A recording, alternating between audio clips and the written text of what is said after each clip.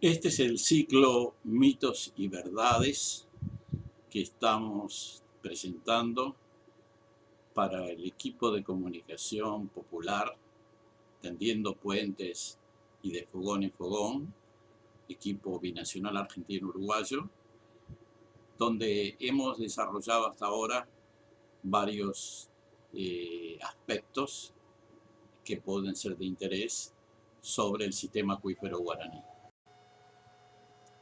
Vamos a continuar nuestras exposiciones sobre el sistema acuífero guaraní que ya habíamos desarrollado anteriormente, complementando muchos aspectos que pueden haber quedado confusos, algunos de los cuales quiero rectificar ahora mismo, asegurar que en general todas las zonas donde el acuífero está en profundidad a varios cientos de metros, cubierto por basalto, por capas basálticas espesas, no existe riesgo de que haya contaminación. Pero en las zonas donde no hay cobertura de basalto, particularmente en las zonas de recarga del acuífero, que son como un 10% del total, en esos lugares sí puede haber contaminación porque el acuífero está expuesto a la infiltración que viene de la superficie. Esa es una primera aclaración que quiero hacer sobre algunas afirmaciones que hice anteriormente y que tal vez no quedaron claras. Algunos temas generales sobre el acuífero corresponde señalar que tal vez lo obviamos anteriormente. Bueno, en primer lugar, que su área, su extensión es de 1.200.000 kilómetros cuadrados y en esa zona viven 70 millones de habitantes. La profundidad del acuífero generalmente se encuentra hasta 1.000, 1.100, 1.200 metros, incluso hasta 1.800 metros de profundidad. El espesor del acuífero, que es el espesor de las areniscas en la práctica, en promedio es unos 250 metros. Los pozos pueden llegar a producir 1.000.000 de litros por hora, aunque eso es excepcional, pero generalmente producen de 100 a 200.000 litros por hora. El caso del acuífero del pozo de la termal Arapey llegó a producir en un principio 800.000 litros por hora. Pero eso es excepcional y en general estamos hablando de 40, 50.000, 100.000 o incluso en algunos casos 200.000 litros hora, lo cual es una productividad enorme. Las temperaturas del acuífero varían entre las naturales, cuando está cerca de la superficie, que son 16, 17 grados, a 33, 34, 35 e incluso las zonas más profundas a 65 grados. 46, 47 grados es la temperatura que salen las aguas de los pozos termales de Daimán, por ejemplo. La recarga estimada es 40 kilómetros cúbicos, que de eso ya había mencionado anteriormente, que equivaldría a esta recarga anual equivaldría al flujo anual, el caudal anual de ríos como el río Uruguay, aunque probablemente el 50% del caudal anual del río Uruguay.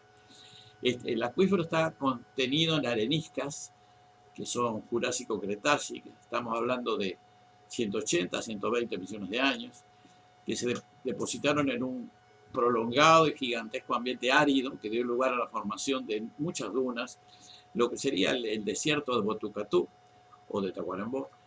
Hace unos 120 millones de años comenzaron las erupciones de muchos volcanes en grandes grietas de la corteza y estas fueron cubriendo las arenas. Creció vegetación, se formaron suelos, se depositaron otros sedimentos y las areniscas quedaron abajo, cubiertas por basalto y otras formaciones superiores, más recientes. En esas areniscas el agua entró, fue entrando y se impregnaron de agua, que es la situación actual. En este caso vamos a tomar, para hablar más en detalle, las 4 áreas piloto que se estudiaron más en profundidad. En primer lugar, el área piloto de Ribeirão Preto, que es una ciudad del estado de San Pablo, del norte del estado de San Pablo, que tiene unos 800.000 habitantes y que produce caña de azúcar y alcohol, y depende totalmente del agua del acuífero guaraní. Tiene varios pozos que producen entre 100.000 y 180.000 litros por hora, algunos más de 200.000 litros por hora. Está teniendo algún problema porque el nivel del acuífero se ha deprimido un poco, porque es el único fuente de abastecimiento de Ribeirão Preto. Está situado en el contacto superficial entre Serra Geral, que son los basaltos, que así se les llama en Brasil, y la formación Botucatu, que son las areniscas. Esto ocurre entre el Jurásico y el Cretácico, ¿no? Época de los dinosaurios, para que la gente entienda. Y aparece acá como el basalto más resistente en posiciones más elevadas, y la parte de areniscas en posiciones más bajas. Son pequeños cerros, morros, que están un poco más elevados, formando cerros, parecido a lo que pasa en Tacuarembó, que hay cerros chatos, pero aquí se nota menos porque los suelos son más profundos, todo más suavizado, digamos. En algunos lugares esa escarpa es muy clara y en otros no tanto.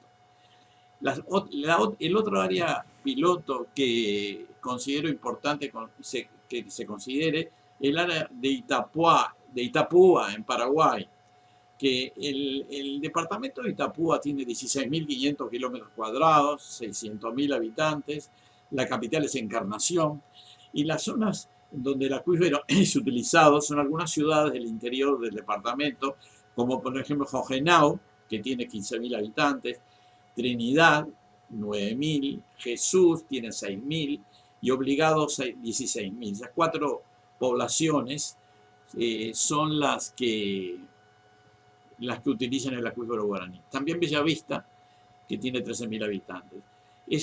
El área piloto está constituida por un área de afloramiento de la arenisca, que en Paraguay se llama Formación Misiones. Y está rodeada por zonas de afloramiento de basaltos de la formación Alto Paraná, que es el nombre que se le da al basalto en Paraguay.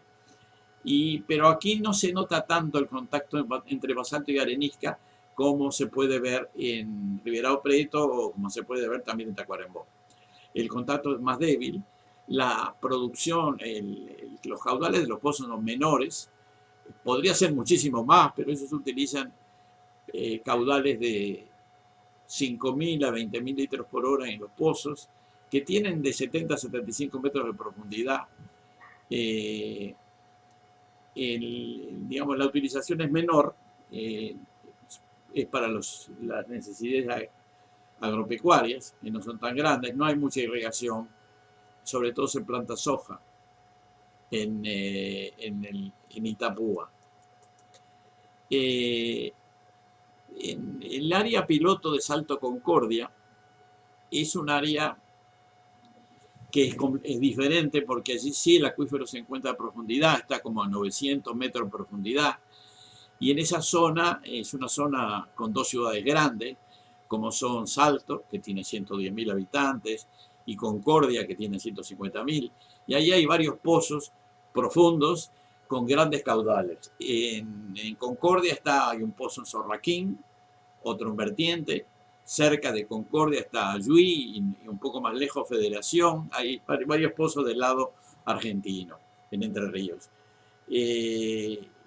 En estos pozos, con excepción de Sorraquín, pero en general lo que hay es termas que utilizan con fines turísticos.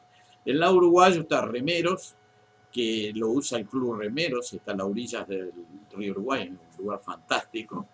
Cuando se crece el río Uruguay hay que abandonar las termas, ¿no? O el club más bien, la parte baja del club. El Horacio Quiroga, también las termas de Horacio Quiroga, las termas de Aymán. Hay unas del lado de Paysandú que se llama San Nicanor y otras Guavillú. Y también está Fuente Nueva, eso está cerca de Daimán, la Posada del siglo XIX. Hay muchos pozos también del lado uruguayo. Los caudales de cada uno de esos pozos en realidad podrían ser mucho mayores, pero aproximadamente son de 40.000 litros por hora, aunque puede subir hasta 100.000 litros por hora. Se sabe que si se aumenta mucho, baja la presión y en general se ha procurado no exagerar, y hay un control de los niveles de extracción. Y finalmente, en el área de Rivera Libramento, que es el área piloto que se estudió también, ahí la situación es bastante distinta porque, bueno, en primer lugar son dos ciudades grandes. Rivera tiene 85.000 habitantes y Libramento 90.000. Libramento utiliza el agua del acuífero guaraní directamente a través de Departamento de Aguas y Esgotos, el DAE, en el parque hidráulico, en el barrio Armour, etcétera, y allí extraen el 100% del agua que utiliza Libramento se extrae del acuífero guaraní. La ciudad Rivera, en cambio, que también extrae la mitad, por lo menos la mitad del agua que utiliza del acuífero guaraní, tiene la ciudad usina de Ose, el Parque Británico, y además el embalse Cuñapirú, que no tiene nada que ver con el acuífero, pero que también abastece la ciudad. También en Rivera Libramento los pozos tienen de 70 a 100 metros y los caudales que se utilizan son entre 15 y 75.000 litros. En Rivera Libramento, debido a que se utiliza mucho, hay un intenso uso del agua subterránea, los niveles han descendido también, al igual que en Rivera Preto. Está como en el límite de la disponibilidad de agua del acuífero en esa zona, tanto en Rivera como en Libramento como en Rivera Preto. En ambos lugares, por ser acuífero superficial, el acuífero está cerca de la superficie, en contacto con el suelo superficial, hay riesgo de contaminación. Hay que tomar precauciones para que no ocurra, pero ha habido eventos de contaminación, tanto en Rivera como en Libramento, e incluso también en Rivera Preto. Esto es un poco las generalidades de un acuífero que traté de darlo en detalles mucho más específicos, porque de esto se podría hablar durante bastante tiempo. Digamos, en cada uno de estos lugares se han hecho pruebas de bombeo, en donde se ha visto cuánto se puede bombear, qué posibilidades hay en el futuro de seguir bombeando, de aumentar el bombeo. Por lo tanto,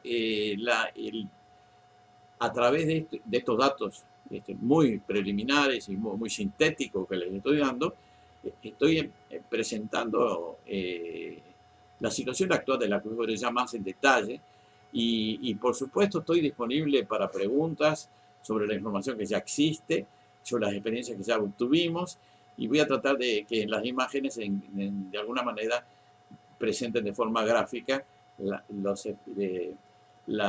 información que acabo de brindar. Más adelante seguiremos hablando de este acuífero y de otros acuíferos, porque el tema del agua subterránea es un tema muy importante, tanto desde el punto de vista humano como económico, y también desde el punto de vista ambiental. Bueno, será hasta la próxima y nos veremos entonces.